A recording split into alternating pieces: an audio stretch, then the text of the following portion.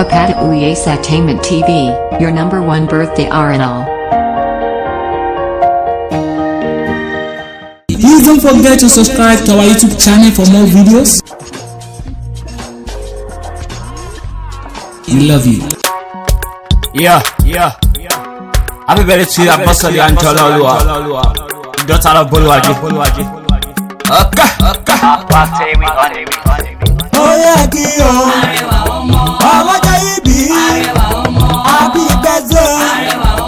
Oh yeah, Kio. Okú oríire. Oh yeah, Kio. Àní àkísẹ́.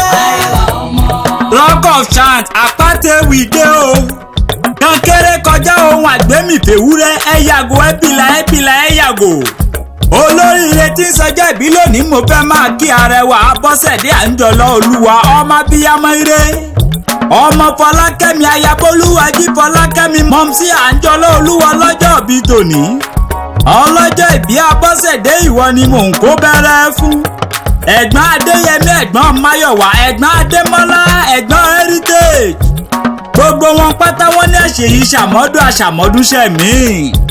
Ǹlẹ́ o, ọmọ ọlọ́pàá ọ̀páyanyan òkè eruku, ọmọ ayẹyẹ mọ̀rálẹ̀kọ, ọ̀kọ̀lọ̀kọ̀ lọ sọ̀rọ̀, ọmọ ayẹyẹ bí èṣù, ọmọ ọlọ́ọ̀rọ̀ ọ̀ya rẹ̀, ìlẹ̀kẹ̀ wìtìwìtì nídìí ìyàwó, ọmọ òsìmọ́bìnrin gèlú, àrìṣọ́bìnrin lásán méjì, ọmọ òdìlàlà wájà, ó dọ̀mọ̀ oṣù wẹrẹ wánú ẹ̀wẹ́, ọ̀lẹ́ ń bínú òṣèkúṣèkún rẹ̀ tí inú ń bí wọn, ọmọ òpó kò ṣerú gogoro, òrìṣòkè dán bẹ́ẹ̀ inú ń bí wọn, ọmọ ìrìyìn ní ìjẹsẹ̀ mìíràn kó, ọmọ àtàbàtúbà àlejò tí ń so nílé kárekáre, ọmọ èkó elé òsínmi àádúngbẹ̀m.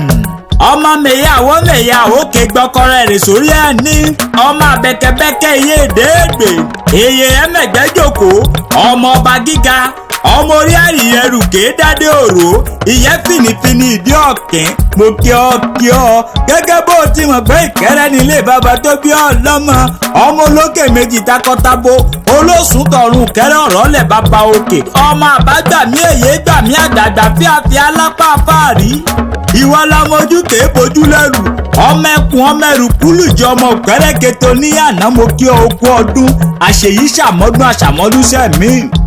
Àwọ̀ tí tòtó bá mú wáyé ni tòtó mú padà lọ sóde ọ̀run lágbára Ọlọ́run ọba ọmọ aráyé ò ní pa ọ́ láwọ̀dà.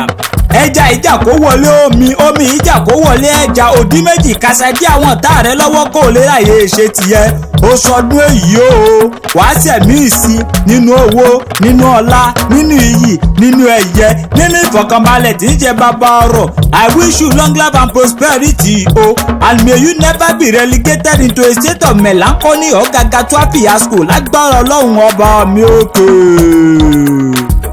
Ó yẹ kí o. Ọlọ́jọ́ ìbí. Happy birthday. Ó yẹ kí o. Okú oríire.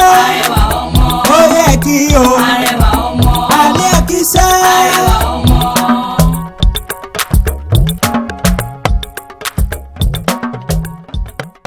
Thank you for watching our video and follow us on Instagram, Twitter and Facebook at Apata Ewi. Please don't forget to subscribe to our YouTube channel for more videos.